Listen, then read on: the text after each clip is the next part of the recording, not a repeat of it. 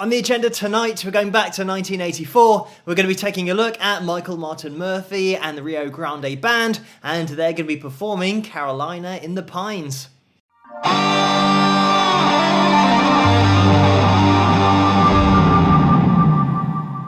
Hello, Phil here from Wings of Pegasus, and welcome to another analysis video. If you enjoyed this video, please give it a thumbs up and subscribe. So last week we had our first look at Michael and the band, so we're going to be taking another look at him because last week unfortunately I ran out of time to get into the background and his career, so we'll do that at the end of this video, as well as looking a little bit at this song, the chords involved as well. And it is an interesting one because you can pretty much play a B for the whole of this song, and I will demonstrate that later on. But let's get Michael up on screen with the band and see how they get on. She came to me, said she knew me, said she'd known me a long time, and she spoke of being in love with every mountain she had climbed, and she talked of trails she walked up far above the timberline. From that night on, I knew I'd write songs with Carolina in the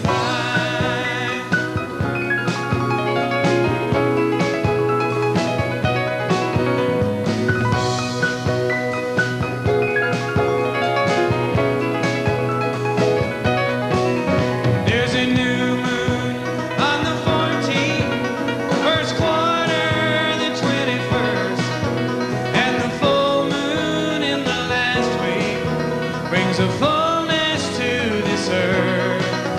There's no guesswork in the clockwork of the world's heart or mind.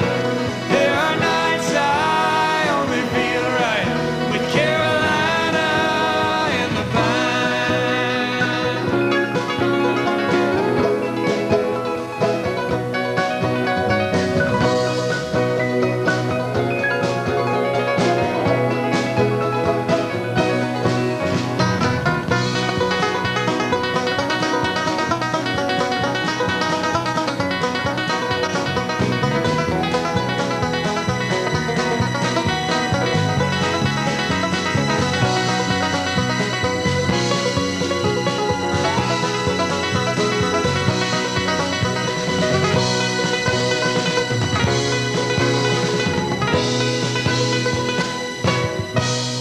When the frost shows on the windows and the wood stove smokes and glows, as the fire grows, we will warm our souls, watching rainbows in the cold.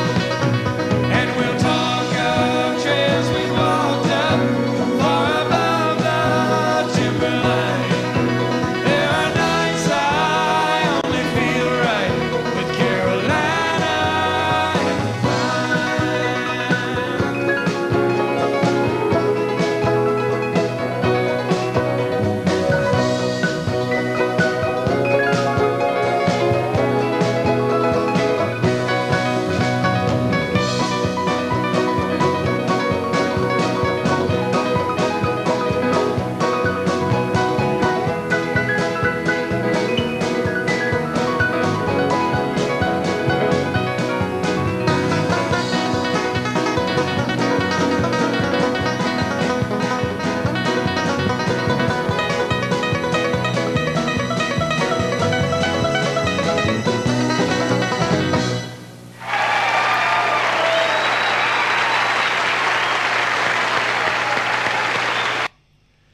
And there we have it. This is another one of those performances where we're just treated to top technical ability across the board from the band, but also from Michael, this time playing banjo. In the other video, he was playing guitar, and he had a little lead guitar section in that performance. And in this one, he has a little lead banjo section as well. So playing that banjo, the right hand, the amount of ability that he has, obviously multi-instrumentalist, but being at such a high level on the banjo as well as the guitar is mightily impressive, considering that in the other performance, which is Wildfire, that I looked at before, he has a great lead section in there as well. So he's just got the ability to hold down a lead section on banjo or guitar, keep engaged the whole time, and this is not even mentioning the voice that he's got, that silky smooth vocal. Let me throw in there as well that he's singing and playing at the same time with all of these sequences going on in that right hand on the banjo. Really impressive stuff, doing two things at once, doubling the difficulty, but it's a seamless performance. And I love the way that he delivers his performance as well, just smiling, looking directly at the camera here as well, just so relaxed, and he just makes it look really easy, and it's anything but. So a top performance across the board here. Just before jumping into the guitar and showing you guys how to play along with this if you want to, quick mention of David Hoffner on keys again, just all over that piano, and a really cool run that we get in this song. The way that he just seems to float through those 30-second notes I think we've got in there. Sometimes when you're listening to country music and bluegrass, you get a lot of 16th notes, but we're doubling that up here on piano. So mightily impressive from a technique standpoint. Again, as he was in Wildfire, same player, same ability, same face-melting runs that he can just throw together on that piano. But getting into the chords here, you can see that I've got a capo on the 2nd fret, and you can play this without a capo if you want to. What I'm going to do is actually just play the video, and this is something that makes it very difficult to hear exactly what's going on with the guitar in the background because the banjo's so high in the mix. So listening out for it's really difficult, and we've got the bass playing a B for most of the song here. And just to demonstrate that, I'll play along. And all I'm going to do here is just play the B, and you'll start to hear what I mean. She came to me, said she knew me, said she'd known me a long time, and she spoke of being in love with every mountain she had climbed, and she talked of trails she walked up far above the timberline. From that night on I knew I'd write songs with Carolina in the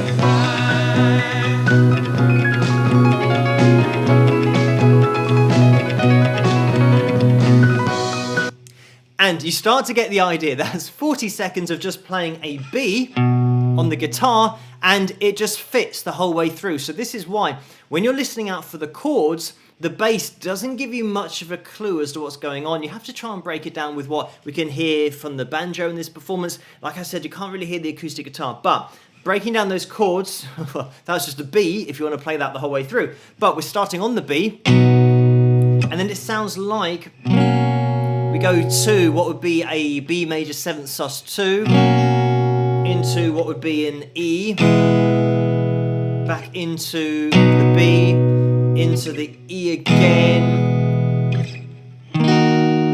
into the D sharp minor, into the F sharp, into the B.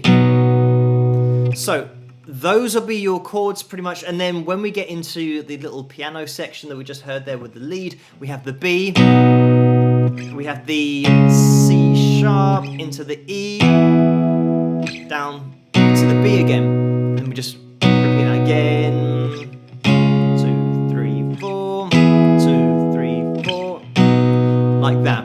And you probably want to ascend up to the E just to keep it sounding similar to the song if you're playing along with it, because if we go up and then go down to the E, it won't sound the same because they are ascending with their chords, taking it up to the octave higher on the E before then getting down to the B. So those are the chords in standard tuning if you haven't got a capo, but I'll now show you how to do it with a capo, which is going to be a little bit easier. So now that we've got the capo on the guitar, 2nd fret, we can jump into the chords as just an A shape, even though it's still a B chord, as I've just demonstrated all of the chords. The chord names aren't going to change, but I am going to refer to them as an A, D, E, so that it's going to be easier for you guys to just pick it up and play it, just assuming that this is the bottom of the guitar here. So we're going into the A, want to have this A major 7 sus2, which is just taking that first finger to the first fret of the G, and that's all that's changed really from that A. You've taken off that third finger, taken that first finger down, like that. Then we're getting into the D. That might be a D sus2. Back to the A. And there's a little run up which goes into the D sus2. That was open A, 2nd fret, 4th fret, into the D, like that, into here. I mean, you'll know this if you're playing the shape as a D sharp minor in terms of where we are on the guitar, but I've already mentioned that in the previous demonstration of the chords, so don't worry too much about it. As long as you're between your 2nd and your 3rd dot on the guitar, then you're fine. And then we're going back down to the, what would be an E shape, but of course it's an F sharp, but the E over to the A. So just playing through that with the rhythm as well. You want to have this a little bit more action going on with the right hand. So we've got that kind of approach. I'll slow that down. We're going. And if you want to, you can start to pick out that B or the A, the open A if you're calling this at the bottom of the guitar. And we've got this like that. So you can make a conscious effort just to pick out that A, I'll call it the A even though it's a B, because the bass is playing that quite a lot in this song, so it's good just to follow along with that.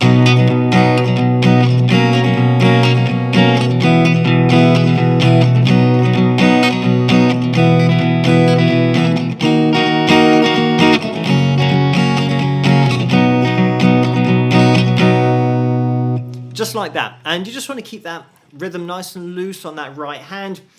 When we get into the little solo sections, again we have this, and then you will have to apply a little bit of a bar chord shape here, which will be into our C sharp position, and then just come up to the same as we did previously without the capo, to the E, and then back down to what would be the B, but we'll call it an A because of our chord positions that we're using. So that is pretty much it, and that's what I can hear going on. It's a combination of the piano, the banjo, trying to find shapes that fit in there and complement and sit in underneath the vocal as well. Just a quick note at the end as well, we increase the tempo a little bit, and we have a little section where we have an A, and we have this. Just a quick note about the end, or towards the end we then get into the A. We have this same progression going up, but we have. So now we're jumping from the A down to the E string, like that. So we get this A, then the chord, E chord, A chord, E chord, like that. Like that. And we're still going to be moving up. And I'm just moving that first finger over in order to get those root notes to change up to the E, like that, back down to the A, E, and that's pretty much it. So you can even do a little run up there if you want to, but that's a little section that comes in at the end, and then we do speed up the tempo as well. And the chords at the end there where Michael really starts going for it is still going to be the same chords that we have in the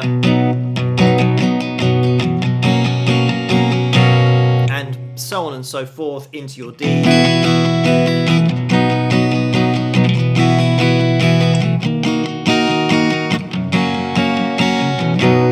Kind of like that. So you don't have to go too crazy with the rhythm on the guitar there, because you really want that banjo to be the focus, and that's how they'll be playing it in the band here, rather than going and really overpowering with any instrumentation in the background such as the guitar. I'm just going to play along with the song, just the second half of that first verse, and we'll see how the chords go with what Michael's playing on the banjo. I'll pick through the chords as well, because that always gives a better reflection of whether it's going to fit or not. And she talked up, she walked up, far above the timberline.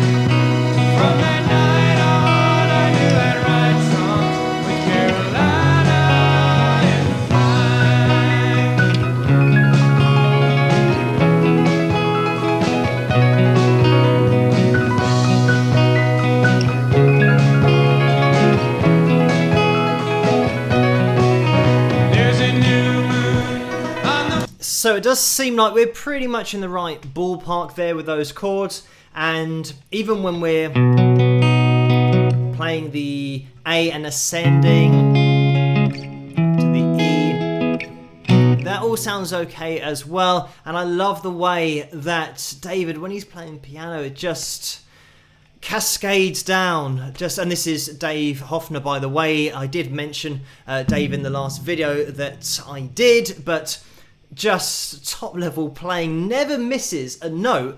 Considering how fast, I mean, he just makes it look like he's playing something really easy and that it's really slow. Just the way he glides across that piano, really impressive. But it's just a top band, the Rio Grande band here, but with a fantastic guy at the front of the stage as well with Michael. But I do want to get into a little bit of Michael's history and career musically, as well as just his background in general, because he was heavily into the whole cowboy scene. When he was young, he spent a lot of time at his grandfather's and uncle's ranch. He learned to ride horses. He developed a love for cowboy songs and stories. And at 17 years of age, that's when he got his first paid gig, and he was playing cowboy songs around a campfire at a ranch in Texas. And in the early 60s is when he started to gig in and around Dallas, and this is when he was playing country music, folk music, rock music. He was influenced by so many different styles and had the ability to play in these different styles and genres, and that's something that I did mention in that first video. So in the early 60s, Michael would have been in his late teenage years, and he turned 20 in 1965, and during this time he was getting into his songwriting, and his ability as a songwriter really came to the fore. When he got his first big break, he wrote a song for one of his friends, Michael Nesmith from the Monkees, and that was called What Am I Doing Hanging Round, and that managed to make it onto the Monkees album Pisces, Aquarius, Capricorn and Jones Limited, and that album went on to sell 5 million records, so that really was Michael's foot in the door, his first big break. Around the same time, he wrote for Bobby Gentry and Kenny Rogers in the first edition, and you can find those two independently here on the channel somewhere if you want to check them out. And in 1971, he became part of the outlaw country movement that was going on at that time, and he signed that same year to A&M Records,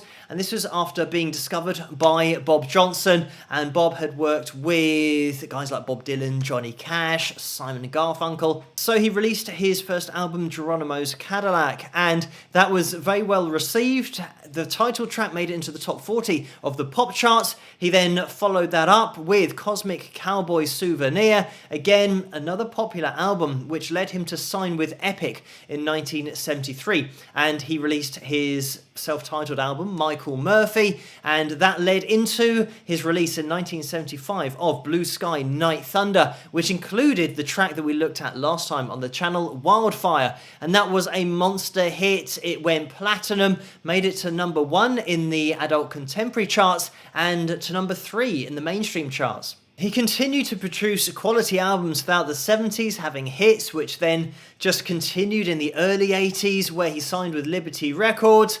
And in 1983, he was voted as the best new male vocalist of the year, and this was by the Academy of Country Music. And he continued to record. 1985, he signed with Warner Brothers Records. Going into the 1990s, now he started to get into his cowboy songs, the Western music that he was really into as a kid and had a passion for. Obviously, it's going to be impossible to cover everything that Michael's achieved throughout his career in this one video, but bringing things a little bit more up to date, in 2009, he got back to his bluegrass roots, having sung lead vocal for the Earl Scruggs Band, kept releasing albums. In 2013, he released Red River Drifter, and that got to number 3 in the bluegrass charts. So it just shows his ability across those genres of bluegrass, country and western, the pop charts as well, that mainstream chart that I mentioned earlier, that crossover success. He also released in 2016 High Stakes, which was his 34th album. He was named in the top 50 greatest country and western singers, and that was by American Cowboy Magazine. He's a multiple award winner and just a fantastic all-round artist as well as songwriter. multi-instrumentalist, you name it, this guy can do it. But thank you guys for requesting this second video of Michael Martin Murphey. I hope you guys enjoyed it. If you did, please give this video a thumbs up and subscribe. Let me know what you guys think and keep those suggestions coming in the comments below. And I'll see you guys at the next one. Rock!